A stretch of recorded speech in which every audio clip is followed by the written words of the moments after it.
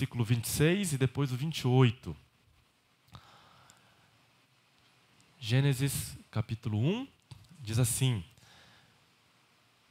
também disse Deus, façamos o homem à nossa imagem, conforme a nossa semelhança. Tenha ele domínio sobre os peixes do mar, sobre as aves do céu, sobre os animais domésticos, sobre toda a terra e sobre todos os répteis que rastejam pela terra. Próximo. E Deus os abençoou o dia sétimo e o santificou, porque nele descansou de toda a obra que como Criador fizera. Amém. Será que podemos falar de missões no livro de Gênesis? Para pensar um segundo, por quê? Porque quando a gente fala de missões, a primeira coisa que vem à mente é salvação, a necessidade de resgatar o perdido. Só que Gênesis 1, não existe pecado ainda. Não tem a necessidade das pessoas e da criação ser salva, né? Então, como é que podemos falar de missões? Mas eu já começo dizendo que sim, tem missão em Gênesis 1.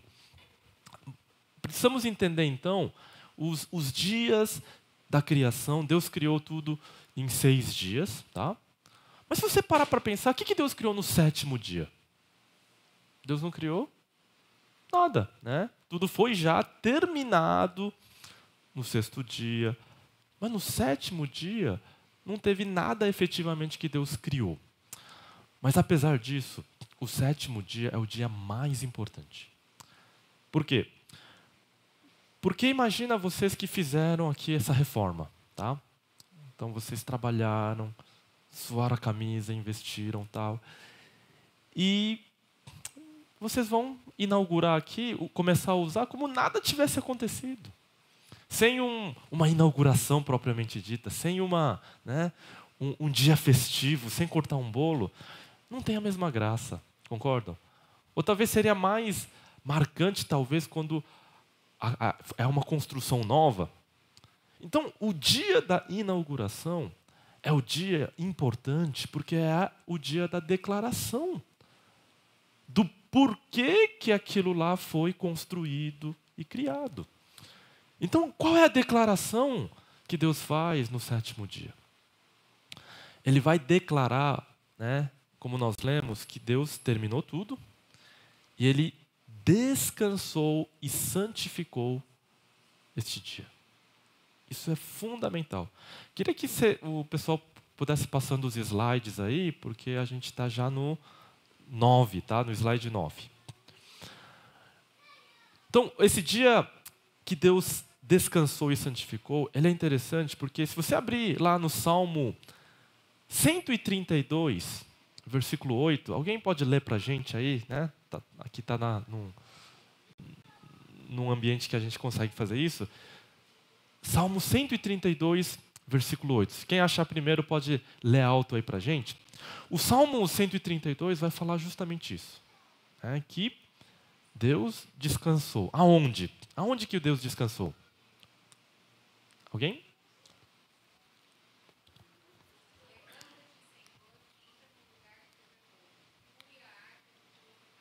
Olha só, né? Então ele diz para que Deus fosse entrando para descansar onde? Aonde estava a arca. Aonde estava a arca mesmo? No tabernáculo, no templo. Então a criação inaugurada, ele está dizendo o seguinte: é o templo. Num lugar, tá? Num mundo onde tudo é perfeito. O que é o mundo, gente?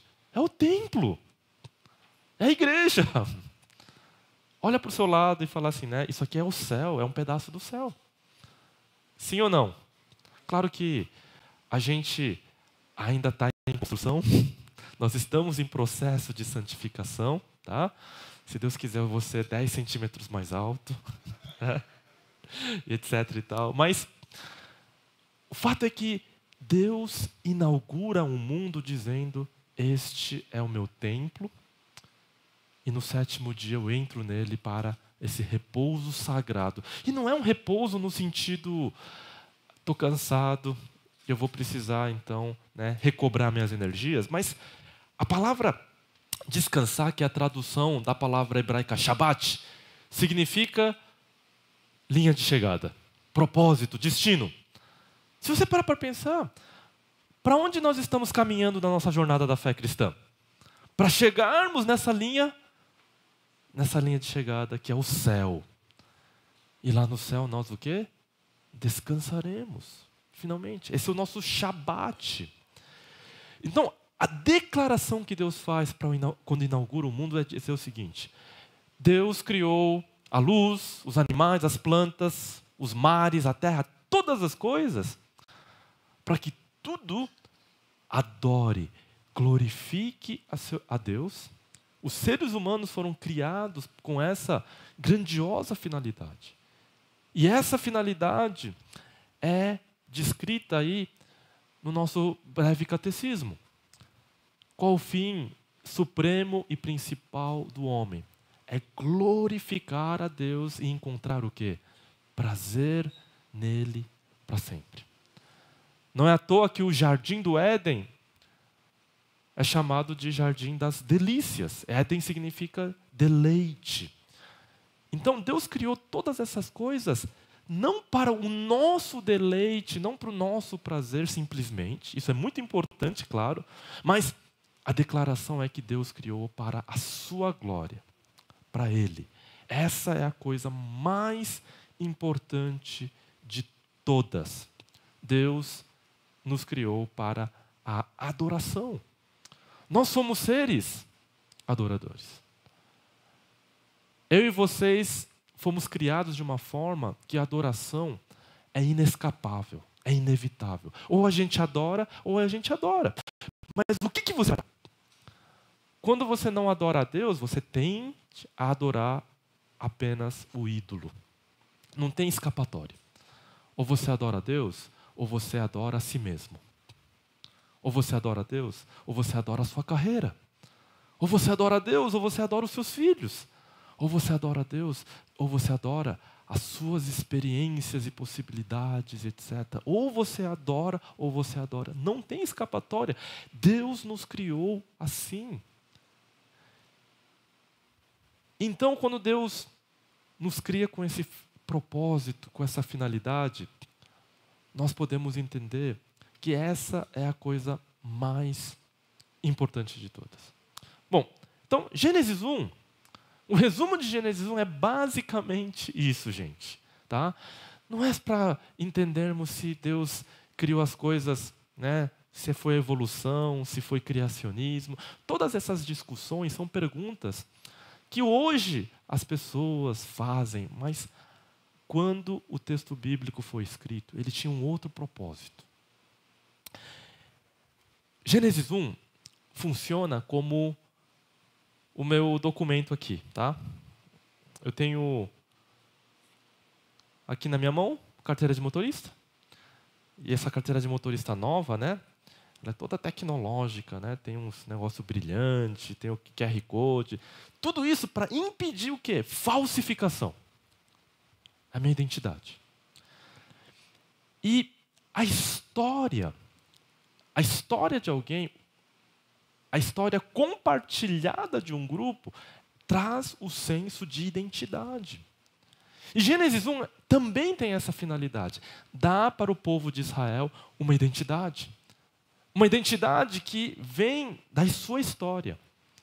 Essa história deveria ser entendida por quê? Porque o povo de Israel estava numa crise de identidade muito séria. Eles estavam lá no Egito quantos anos? 400 anos. Os meus filhos, eles têm todo o olho puxado igual eu, né? Mas nasceram no Brasil. E se eles vão para a Coreia, eles não vão saber falar coreano, ó, porque a gente está pecando em não ensiná-los. Então eles vão ter essa crise de identidade. Né? Eles vão ter esse choque de realidade. Mas o povo de Israel também, depois de ficar 400 anos, imagina qual que era a cultura deles, qual que era o entendimento deles, como eles enxergavam o mundo. Eles enxergavam o mundo e viviam como os próprios egípcios. Então essa era a crise que eles tinham E Deus estava dizendo para eles, olha, a história de vocês é a seguinte, eu criei todas as coisas para essa finalidade. E vocês foram criados para essa finalidade. Essa é a sua identidade. Isso é fundamental. A identidade de um povo que é um povo adorador. Vamos tentar entender isso em comparação com a história de outros povos. Por exemplo, os babilônios, eles também tinham a história deles. Então, no slide 11 aí, aparece essa figura, né, onde um caos monstruoso, personificado no dragão, chamado Tiamat, ele é o mar. Tá? No mundo antigo o pessoal tem assim, medo do mar, caótico. E esse monstro caótico, ele é controlado, ele é domado pelo maioral dos deuses deles, que é um deus chamado Marduk. E esse Deus vai então lutar com ele, matar, e as entranhas desse bicho vai cair no chão, se misturar com o barro, e acidentalmente surgem os seres humanos. Está vendo que a teoria da evolução não é tão nova assim? Eles vão explicar a imperfeição dos seres humanos como eles não foram planejados. É um aborto dos deuses, algo dessa natureza. Veio do acaso. E os deuses então se reuniram. O que a gente vai fazer com essas coisas que brotaram do chão? E eles tiveram uma ideia. Vamos botar eles para ver se eles servem para cultivar e cuidar da terra. No crescente fértil do rio Tigre e do Eufrates, aonde começam as grandes civilizações. Então, os deuses resolvem botá-los ali para fazer esse cuidado. E está aí dada a identidade daquele povo. Qual que é a história dessa narrativa? Vocês foram criados para trabalhar. Vocês são só alguém. Você só tem valor de acordo com o seu trabalho. E não é mais ou menos essa narrativa do capitalismo, globalismo, do mundo hoje que nós vivemos? Olha, você só é alguém se você tem um diploma, se você for alguém que tiver uma profissão. E as pessoas se apresentam dizendo, eu sou a minha profissão. Essa é a narrativa. Então ela não é tão... Os antigos não eram tão ingênuos assim, né? Essa narrativa era muito convenientemente usada pelos reis e imperadores para quê? Para controle social. Olha, vocês foram criados para os deuses para cultivar. Então, suor na camisa aí. Mas só eu, o rei, fui criado à imagem e semelhança dos deuses. Por isso eu tenho o direito de supervisionar e governar o trabalho que vocês fazem. E eu é que sou o intermediador entre os deuses e vocês. Muito conveniente, né? Os egípcios também têm uma história muito, muito similar a essa. Os seres humanos também foram criados por acidente, foram criados para o trabalho. E o faraó, só o faraó foi criado à imagem e semelhança. Essa exata expressão imagem e semelhança que aparece na Bíblia é o que aparece aonde? Justamente nos escritos egípcios. Para falar que faraó, ele é a imagem e semelhança dos deuses. De novo, muito conveniente, muito útil para esse controle social, para dizer, olha, essa é a nossa identidade. Se a gente não trabalhar, a gente morre. Se a gente não trabalhar, a gente deixa de existir. A vida deixa de ser dessignificado. Se a gente não trabalhar na terra, não cultivar, a gente fica angustiado quando não está trabalhando, quando a renda não está vindo. Parece que você está ali, né, num limbo. Não. Às vezes, a demissão, às vezes um período para você pensar e refletir, É um alívio que Deus te dá também. Mas o fato é que a Bíblia, ela é revolucionária, a Bíblia, ela é apologética, dizendo e indo na maré contrária do mundo. Enquanto todo mundo dizia, só os deuses, né? Só o faraó é a imagem dos deuses, só o rei é a imagem dos deuses, a Bíblia está dizendo o quê?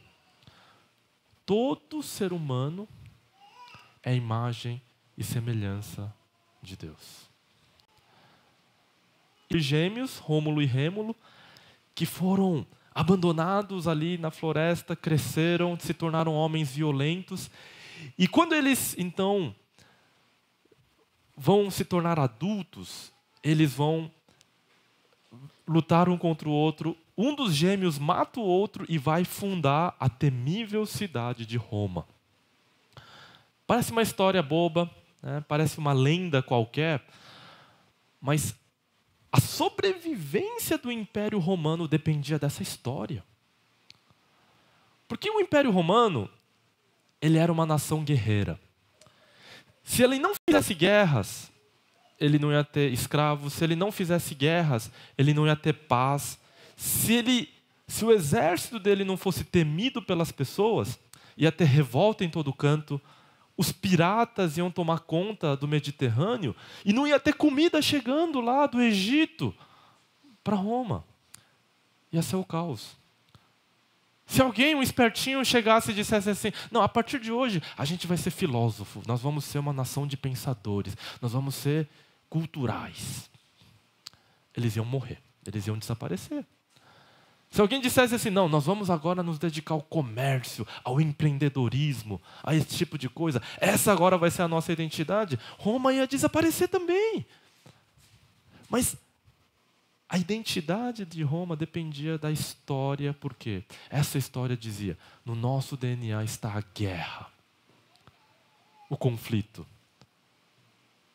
E é assim que nós vamos manter a paz romana, é assim que nós vamos segurar todas as revoltas. E de fato, Roma era isso. A identidade de um povo guerreiro. Qual a identidade do povo de Israel? Um povo adorador. Qual é a nossa identidade? Um povo adorador. Qual é a coisa mais importante, fundamental, para a qual nós fomos criados? Louvor, adoração, vida diante de Deus. E vejam bem, meus irmãos, adoração não é o culto de domingo, não é o culto de sábado, de jovens, não é só isso. O culto corporativo, como corpo da igreja, é uma dimensão da nossa vida de adoração. Mas algo muito importante, fundamental, é a nossa vida devocional. A nossa vida um a um com Deus. O nosso relacionamento íntimo com Deus. A nossa vida de oração. A nossa vida de dependência do Senhor. A nossa vida, quando nós perguntamos a Deus, Senhor Deus, essa é a tua vontade para a minha vida? Então, quando você, jovem, está lá na época do vestibular, né, alguns de vocês já deixaram isso para trás. Você tem sonhos, você tem toda uma possibilidade diante de você, e agora vai escolher a sua carreira. Por quê?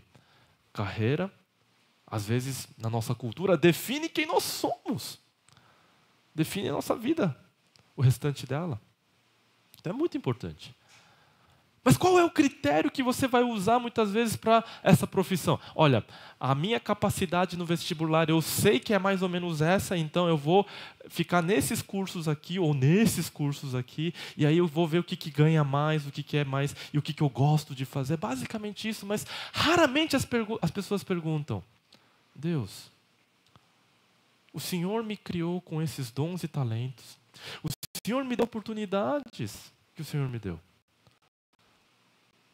Como eu vou deixar que os meus sonhos pessoais não sejam a motivação principal para a escolha da minha carreira? Mas eu diga, Deus, como eu vou te glorificar? Vou te adorar?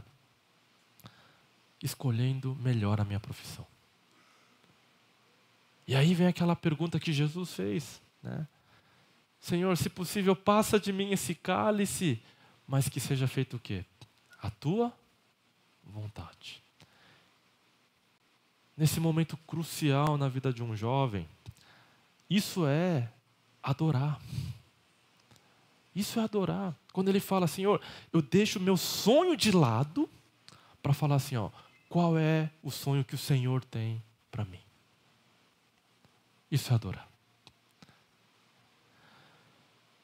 É quando o Zaqueu, aquele cara que amava o dinheiro, tem um encontro com Jesus transformador e passa a ser um filho de Abraão, um adorador, e diz, eu vou dar metade do que eu tenho para os pobres e aqueles que de alguma maneira eu prejudiquei, eu vou devolver 4 vezes. Isso é vida de adoração. Adoração se dá todos os dias da nossa vida. E essa é a finalidade principal para a qual Deus nos criou. Para a glória dele e para a adoração. Bom, então, Gênesis capítulo 1 fala desse propósito grandioso adorador. Mas tá, onde está missões? No versículo 28, nós vemos então o que nós podemos chamar de a comissão missionária, o mandato missionário. Assim como nós lemos no início do culto, Mateus 28, que fala de Jesus comissionando, ordenando os seus discípulos para a missão. Gênesis 1, 28 é a mesma coisa para Adão e Eva. O que diz o texto? E Deus os abençoou e disse, sejam fecundos, multipliquem-se, encham a terra e sujeitem-na. Tenham domínio sobre os peixes do mar, sobre as aves do céu, sobre todo o animal que rasteja pela terra. Primeiro, então, que Adão e Eva deveriam fazer era ser fecundo e multiplicar. Aqui é sinônimo, ser fecundo e multiplicar. Como que missão acontecia quando não tinha pecado no mundo? Fazendo filhos. Então, quanto mais filhos eles fizessem, eles estavam sendo missionários. Por quê? Veja só. Quando nós temos filhos, para nós crentes, a coisa mais importante é o quê? Que os nossos filhos também sejam salvos. A mesma coisa que nós temos a bênção da vida eterna para que os nossos filhos também entendam, compreendam a mensagem do Evangelho, que Jesus Cristo veio. E essa vai ser a sua missão inicial dentro da sua casa. Evangelizar os seus próprios filhos. Mas no mundo perfeito, como no Jardim do Éden, não precisava, porque eles já nasciam adoradores. Eles já nasciam adorando a Deus. Se não for para te adorar, para que eu nasci, né? E esses filhos, na medida que eles se multiplicavam, o que está acontecendo, gente? Está aumentando na terra o número de adoradores. Mas não é isso que fazemos na evangelização? Paulo vai dizer que eu te gerei, Timóteo. Eu te gerei, meu filho amado. Como que Paulo gerou Timóteo? Evangelizando. Então, se você evangeliza alguém, o que você está fazendo? A mesma coisa que Adão, multiplicando adoradores na terra. Eles deveriam ser fecundos e multiplicar, enchendo de adoradores a criação. Porque essa é a finalidade para a qual Deus os criou, para adoração. E na medida que eles iam se multiplicando, multiplicava essa adoração. Essa é a função que Adão tinha e essa é também a nossa função. Quando nós adoramos verdadeiramente, nós descobrimos quem somos de verdade. Deus nos revela, primeiramente, o nosso pecado e nós ficamos assim, não, Deus. E aí buscamos o seu perdão. A minha conversão foi mais ou menos assim. Eu tinha 7 anos de idade. Eu fui no acampamento da igreja. E nesse acampamento eles serviram no almoço cachorro quente. Eu nunca tinha comido cachorro quente, porque meus pais, muito regrados, né? Só no arroz, só na comida fit saudável. E serviram cachorro quente. Eu comi aquilo lá e estava assim, uau, o que é isso? Me dá mais um, eu quero repetir. Na época, 7 anos de idade, eu era mais mirrado, tá? Hoje nem tanto, né? E quando eu dei a primeira mordida no segundo cachorro quente, eu já fiquei cheio. Estava aqui já. Eu deixei na mesa. Passou, né, um dos monitores lá do acampamento. Parecia mais bravo assim que o pastor Alessandro, tá? Marmanjo assim, ó. E olhou para mim e gritou, quem que deixou esse negócio aqui? Eu olhei para ele e falei, não sei. Não sei. Estava aí, não sei. Tal. Um dia, né, o dia passou, chegou a noite, hora do culto, começamos a louvar, adorar, ouvimos a palavra, tal, nos dividimos para orar, e aí o líder falou assim, agora a gente vai orar pelos nossos pecados. Vamos orar pelos nossos pecados, vamos pedir perdão a Deus. E um dos meus 7 anos de idade só conseguia lembrar de que pecado. Né? E eu orava, cachorro quente, Senhor, cachorro quente, o cachorro quente. Só que na medida que eu orava sobre o cachorro quente, o Espírito Santo foi me mostrando o quê? Cara, foi uma mentira. A gente tende a diminuir o nosso pecado e aumentar o pecado dos outros, né? É que nem quando você vai no banheiro público e alguém não deu a descarga e tem lá, né, um objeto facilmente identificável. Quando é seu, você até olha, né? Acha assim, né, que né, não tá, eu preciso me alimentar melhor, faz uma análise de si mesmo e não vê com tanto nojo da sua própria porcaria. Mas quando é dos outros, né, aí a coisa pega. Que porco, né, que profanação, né, etc. E essa é a nossa tendência natural. Por isso que Jesus fala, olha, em vez de apontar ali, né, para o outro, olha a trave diante do seu olho, né? E isso foi acontecendo. Na medida que eu orava, o Espírito Santo foi mostrando a mentira, a covardia que foi aquilo. Não bastava você simplesmente dizer, fui eu, desculpa, etc. Mas como aquilo era uma questão de covardia, que estava meio que impregnada ali, no lugar mais profundo do coração, e Deus foi revelando, e aí bateu aquela tristeza, aquele desespero, e eu chorava assim, o cachorro quente, copiosamente. E aquilo não era uma coisa assim, de uma catarse humana, era algo sobrenatural. Eu, aos 7 anos, tinha essa convicção, porque era algo que Deus fazia. E a partir dessa transformação, o que vem logo em seguida? Filho, eu te perdoei. Eu não te perdoei só por causa do cachorro quente, não só por causa da mentirinha, mas da sua covardia, que está na sua natureza mais profunda. Na questão de você querer ser aceito pelas pessoas, que está no lugar mais profundo. Na sua insegurança.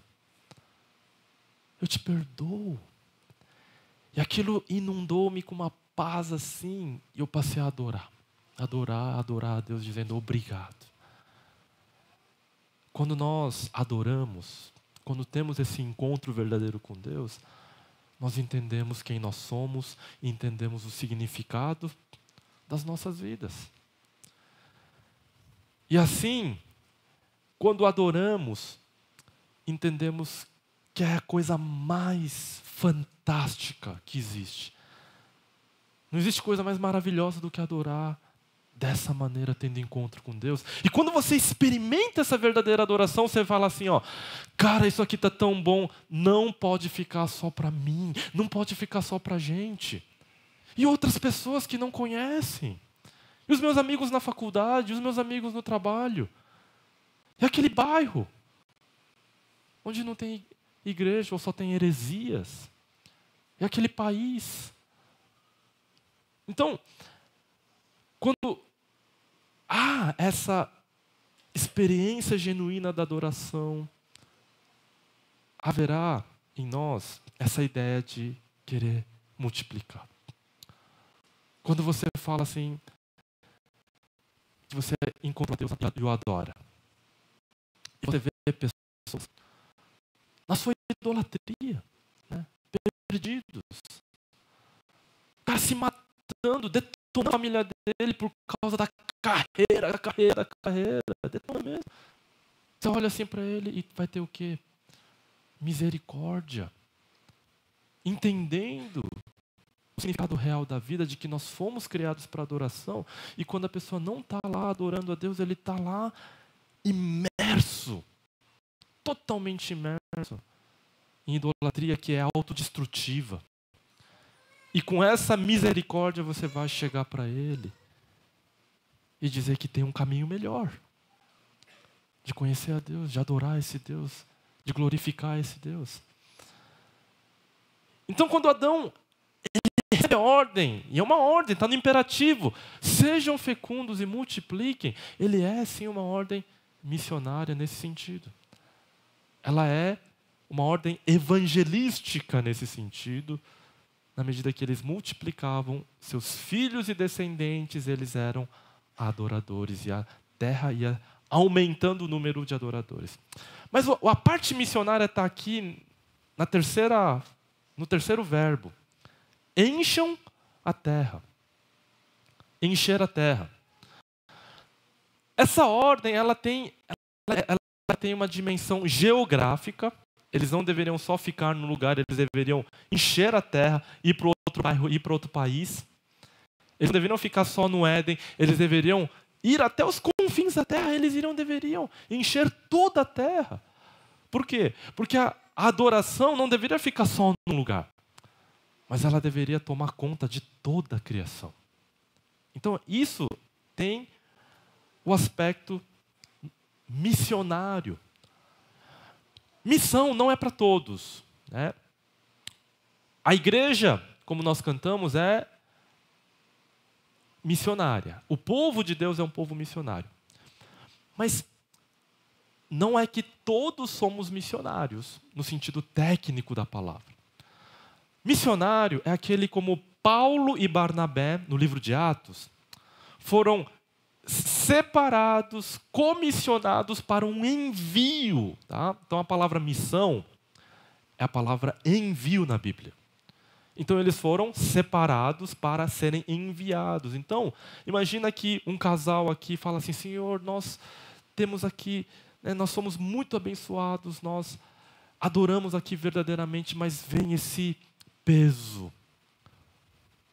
essa misericórdia crescente por esse bairro, que não tem uma igreja boa. Aí você, como igreja, manda esse casal para o seminário, eles voltam e vão lá plantar uma igreja. Comissionando-os, enviando-os para plantar uma igreja. Isso é ser um missionário. Mesma coisa, a pessoa que está num contexto de um outro país, ele vai ver a situação e diz, não tem adoração. E a pessoa se prepara, aprende a língua, aprende a antropologia e vai para um país para que lá também a adoração chegue, porque não há adoração. Existem muitos lugares no mundo, muitos lugares no nosso país, onde não tem adoração genuína acontecendo. Então a ordem é, encham a terra dessa adoração, encham a terra. Encham a terra com aquilo que é bom, santo, sagrado.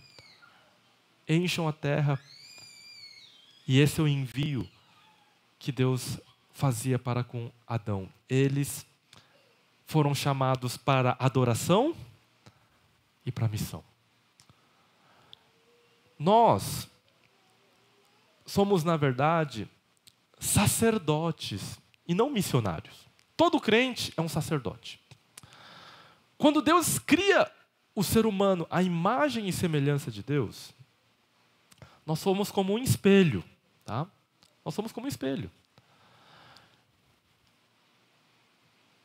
Deus nos criou a sua imagem e a sua semelhança.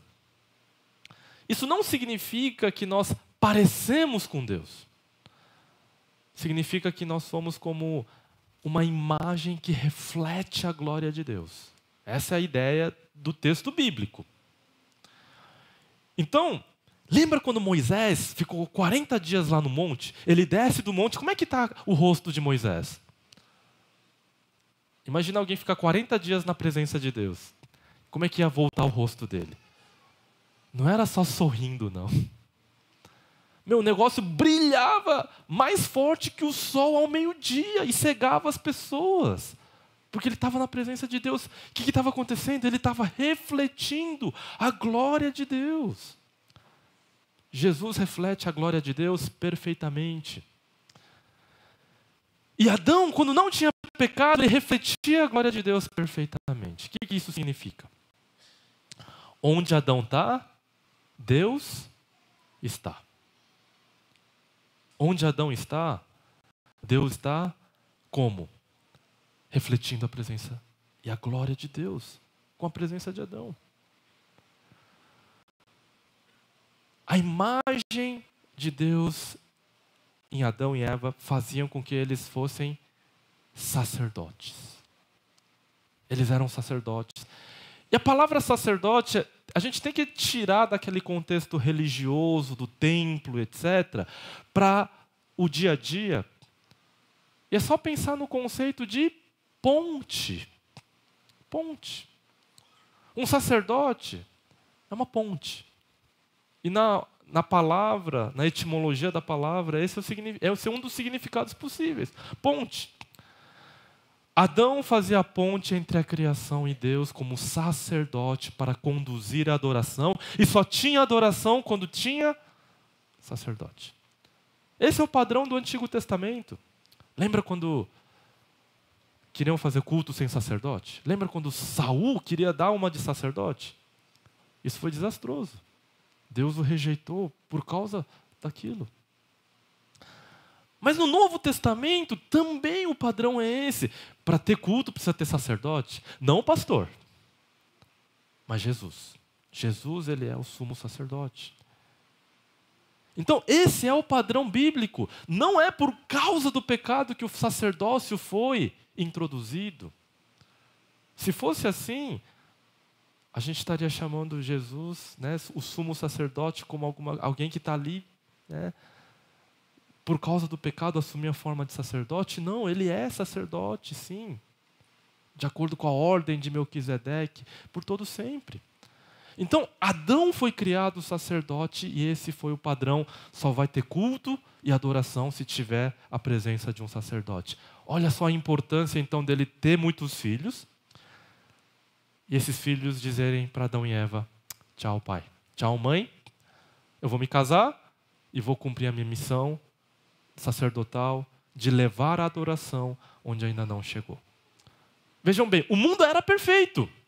O mundo não precisa de salvação, não precisa de restauração, mas o mundo não estava cheio da adoração. Portanto, vem a ordem de Deus: sejam fecundos, multipliquem e encham a terra. Encham a terra da presença de Deus, da glória de Deus, da adoração a que Ele é devida. E nesse sentido, eu e vocês somos chamados para isso. Se você é o único crente, tá? Se você é o único crente na sua sala de aula, as pessoas estão olhando para você. E eles querem ver Deus na sua vida. E a responsabilidade de todo crente é refletir a imagem de Deus aonde nós estamos. Se na sua família você é o único crente, todo mundo está olhando para você. Alguns de vocês são como aquela ponte de concreto, firme, né? Testemunho impecável, vida íntegra. E a pessoa pode passar por aquela ponte ali, ó, seguro de que ela não vai cair. Mas a vida de alguns de nós é que nem aquela ponte, né, do Indiana Jones. Né? Ixi, Indiana Jones já não é da época de vocês, né? É aquela ponte de madeira, tudo caindo aos pedaços, com aquela corda podre assim, né? Que dá aquela aflição e agonia. Se eu for por essa ponte, vou cruzar ou não? Porque a nossa vida está lá toda complicada, toda cheia de idolatrias, medos, pecados. E a gente acaba sendo como um espelho todo velho, enferrujado, que não reflete perfeitamente a imagem de Deus.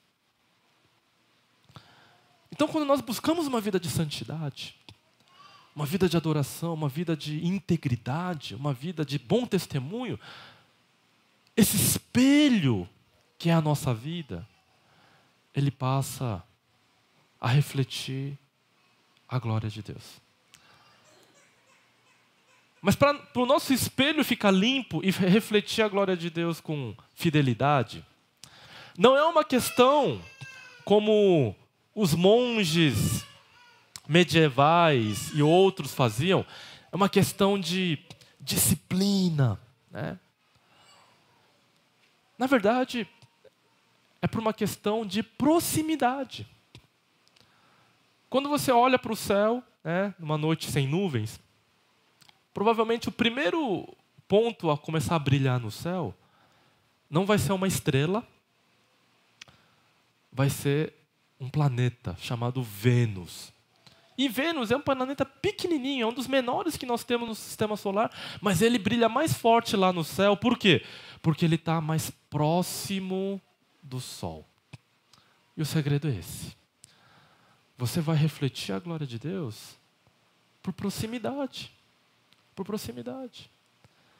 Então, quando você adora Deus, jovem, quando você vive uma vida íntima com Deus, essa proximidade vai fazer com que a imagem de Deus seja refletida através da sua vida e pessoas ao seu redor possam ser alcançadas e você seja usado como aquela ponte. Como aquela ponte. Né? Então, Adão e Eva foram chamados para essa finalidade gloriosa, sacerdotal também. Olha, o contexto todo é da adoração, templo, adoração. Deus criou tudo para a sua glória e adoração. Na medida que Ele vai fazendo isso. E a figura deles é central como sacerdotes conduzindo, sacerdotes sendo a ponte. E para pensar. Talvez algumas pessoas vão ter contato com muitos cristãos, né, na vida, ou outros vão ter pouquíssimos contato com cristãos. E se aquele contato com os cristãos que eles têm não foi bom, foi ruim, o testemunho foi ruim, né? A oportunidade foi perdida. Mas o fato é que Deus nos coloca neste mundo como seus sacerdotes e pontes. E quando a adoração está no lugar certo, quando a nossa intimidade e a vida com Deus está no lugar certo, quando nós somos próximos de Deus, Ele nos usa, apesar de nós, para a sua glória. Apesar de nós, Ele pode sim alcançar e fazer exatamente a mesma coisa, que é o quê? Multiplicar a adoração. Então, como indivíduos, o nosso ponto fundamental é esse. Para que serve a igreja? A igreja está aqui para que haja essa adoração. E quando nós adoramos a Deus, nós somos fortalecidos. A qualidade da nossa adoração depende da qualidade do nosso discipulado. A igreja é fundamental para isso. Então é uma coisa que se retroalimenta e vai seguindo nessa direção. Cada vez melhor, maior. E quanto melhor a adoração, melhor vai ser o testemunho. O que acontece no nosso país? Você tem templos suntuosos, igrejas, ministérios grandiosos. Mas se o testemunho no dia a dia está falhando, é porque a adoração é uma adoração idólatra. E para pensar. Não é isso que se vende nessas igrejas? sucesso, prosperidade, saúde, realização dos seus sonhos. Idolatria pura. Por isso que o testemunho não vai estar no mundo. Então o problema é esse, e o fundamental é esse, a adoração. E quando há genuína e verdadeira adoração, haverá bom testemunho no nível como indivíduos. Mas a missão da igreja, ela tem uma dimensão institucional e corporativa. Porque a igreja foi chamada por Deus para também multiplicar essa adoração. Então, estrategicamente, os crentes estão com 99% dos seus esforços, localmente, no seu dia a dia, no seu trabalho, na sua família, exercendo esse testemunho, esse sacerdócio. Mas talvez 1%, 0,1% de pessoas vão ser chamadas por Deus, separadas como Deus separou Paulo e Barnabé, para serem enviadas. E aí vem o aspecto institucional da igreja, de plantar novas igrejas, para que a adoração se expanda e se multiplique. Seja num outro bairro, seja num outro estado, seja num outro país. Ação social é missão? Fazer o bem, né? Você vai lá, tem tanta coisa errada nesse mundo, tanta pobreza, tanta miséria, tanto abuso, tantas injustiças. E muitas vezes há essa confusão se, de fato, a igreja deve abraçar todas essas causas. O que a igreja deve fazer ante essas situações todas que nós vemos? Deixa eu ser bem categórico aqui, gente, e não me entendam mal. Ação social não é missão. Ação social é diaconia. A diaconia é um dos papéis da igreja. A igreja tem que ser misericordiosa. A igreja tem que exercer, a sua caridade, tem que cuidar dos menos favorecidos, etc. Isso é diaconia. A diaconia faz parte do bom testemunho. Sem diaconia, as pessoas do mundo vão olhar para a igreja e vão dizer assim: é mais uma pequena igreja, grandes negócios.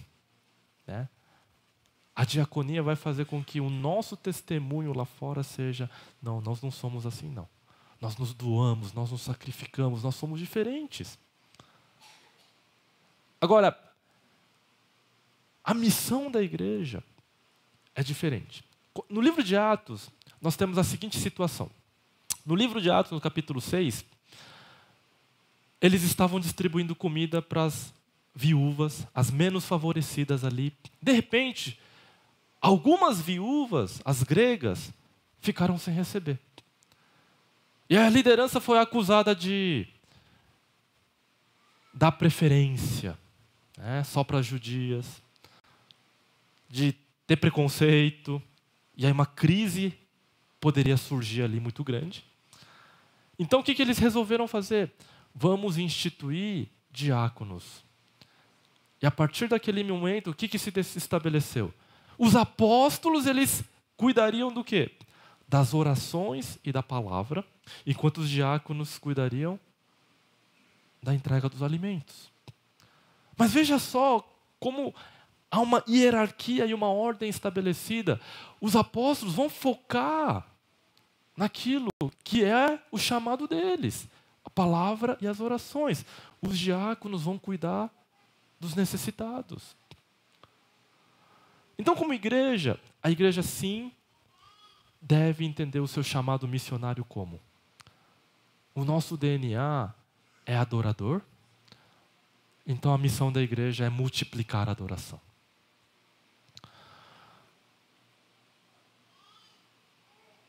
Mas o DNA da igreja não é restaurar a paz e o shalom de Deus no mundo, não é lutar contra as injustiças desse mundo e trazer ordem para tudo isso.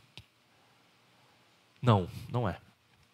Essa é a missão de Jesus Cristo, que Ele fará na medida que Ele é o Rei soberano e Ele há de restaurar todas as coisas na sua volta gloriosa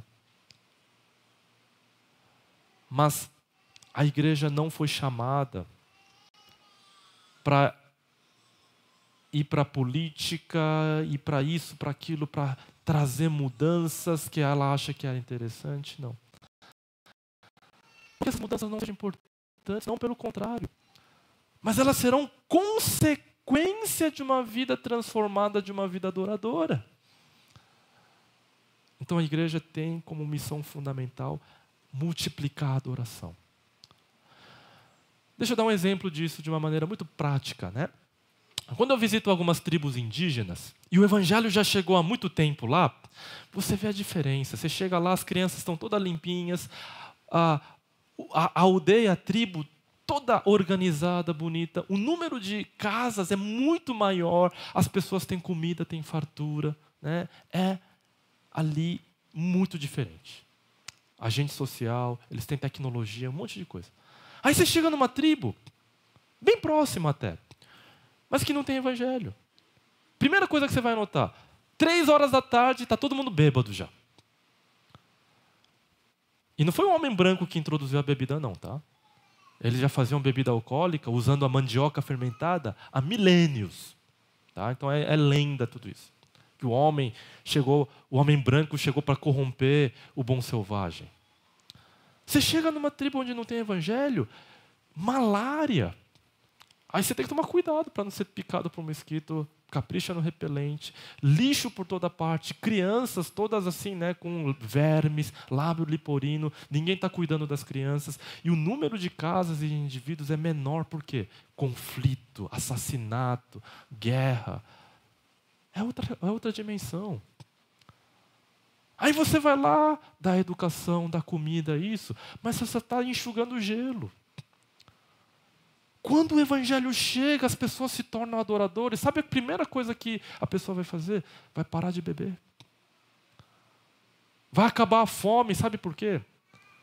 Mais da metade da mandioca é usada para fazer a bebida. Agora você pega mais da metade e dá para as crianças comerem. Não vai ter fome. Os indígenas passam fome porque estão usando isso para fazer bebida. Sabe essa crise dos Yanomamis, não sei o que lá? Os caras pegam mandioca que eles pegam lá e fazem bebida. Não vai dar para a criancinha comer.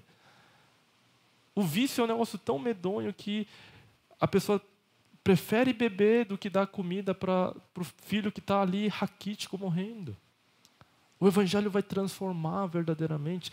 E a grande justiça social, transformação social, é essa transformação do ser, do indivíduo. Porque ele vai parar, né, de pensar em si mesmo, vai pensar na família. Ele vai pensar no coletivo. Ele vai pensar em Deus, vai adorar a Deus. A missão da igreja é multiplicar e expandir a adoração. E quando isso acontece, Deus é glorificado. Para a gente terminar então, versículo 2 de Abacuque, o slide 17 aí, tá, meus irmãos? Vamos ler todo mundo junto? A terra se encherá do conhecimento da glória do Senhor, como as águas cobrem o mar. Esse é o propósito grandioso, né? Essa é a visão gloriosa que os profetas estavam falando lá. Mas que Adão, lá em Gênesis, estava cumprindo para que isso acontecesse. Sim, a terra era boa e perfeita, mas na medida que ele ia enchendo a terra de adoradores, e eles iam indo para todos os cantos, e que isso ia acontecer? A terra se encheria do conhecimento da glória do Senhor, como as águas cobrem o mar. E esse é o propósito missionário. É a sua faculdade, é o seu ao redor, pessoas do seu convívio conhecendo a Deus e eles também se enchendo da glória do Senhor. Eles também se tornando, na medida que são discipulados, imagem de Deus e semelhança, para que reflitam a sua glória nesse mundo. E a igreja vai crescendo, enviando seus missionários mundo afora, e a glória, o seu conhecimento, a adoração vai enchendo toda a terra. Meus irmãos, para mim não existe esperança, causa maior do que essa. Quando missão se trata de salvar o perdido para que ele não morra no inferno e vá para o céu, a missão acaba sendo centrada muito no homem. Mas quando nós falamos que a missão é para a glória de Deus e para a adoração, todo o foco vai para Deus. Quando nós falamos de missão centrada no homem, a gente pode passar slide de crianças passando fome, lugares difíceis, pessoas carentes. Aí o missionário vai lá, com toda a misericórdia do mundo, e começa a trabalhar no meio dessas pessoas. Só que na primeira perseguição, no momento que ele toma uma cusparada, no momento que ele é traído, vai acabar o amor. Todo ser humano vai acabar o amor. Mas a motivação dele é a glória de Deus. Ele não está fazendo isso por amor às pessoas somente, mas ele está fazendo isso por amor a Deus de verdade. Aí ele vai conseguir suportar qualquer dificuldade, perseguição e lutas. Isso é válido para mim e para você. Se a motivação das nossas vidas é para a nossa felicidade, se você vem para a igreja para a sua felicidade, para eu ter alguma coisa, para eu me sentir melhor, para eu cumprir a obrigação, essa fé não vale muito, não. Pode ser uma chata. Se a motivação é essa para mim, a sua vida cristã tem prazo de validade. Mas se o foco é Deus, de fato, Ele é mais importante. Se o foco está em Deus. Se o amor não é por mim mesmo, mas por Deus e para a sua glória. Deus vai derramando graça sobre graça, inundando a nossa vida, nos tornando pessoas transbordantes de tanta paz, de tanto amor, de tanta paciência, de atributos que não está na gente. Ele vai ser presente na nossa vida como essa fonte, sempre presente. E a nossa vida vai transbordar. Então, que todos nós, irmãos, possamos ter a nossa perspectiva correta, focada em Deus, para a sua glória, porque nós somos criados para adoração e para a missão. Possamos cumprir a nossa missão, que é local, é sermos sacerdotes, dentro do lar, dentro da onde nós estamos. E como igreja, sejamos fiéis ao Senhor e multiplicar essa glória do Senhor e adoradores por toda a terra, até que o Senhor volte, até que a terra se encha do conhecimento da glória do Senhor, como as águas cobrem o mar. Vamos orar? Senhor nosso Deus, muito obrigado, Deus, por essa noite, por tantos jovens aqui nessa igreja, pelo futuro brilhante à frente dessa igreja, Senhor. Eu peço que o Senhor abençoe, ó Deus, cada um aqui. Eu peço que o Senhor se revele poderosamente a cada um. Que cada momento da vida deles seja uma experiência única contigo, Senhor, de adoração, de entrega, de intimidade. E é que essa vida de adoração possa impactá-los profundamente, Senhor, para moldar caráter, para moldar sonhos, para moldar motivações e propósitos, Senhor. Ajuda-nos, ó Senhor, a refletirmos a Tua glória, ó Pai, a Tua imagem neste mundo. Sejamos moldados à imagem de Cristo e não à imagem deste mundo, Senhor. Guia, ó Deus, cada um aqui presente, para que possa ser gloriosa na tua presença, para a tua glória, Senhor, em nome de Jesus. Amém. Deus abençoe.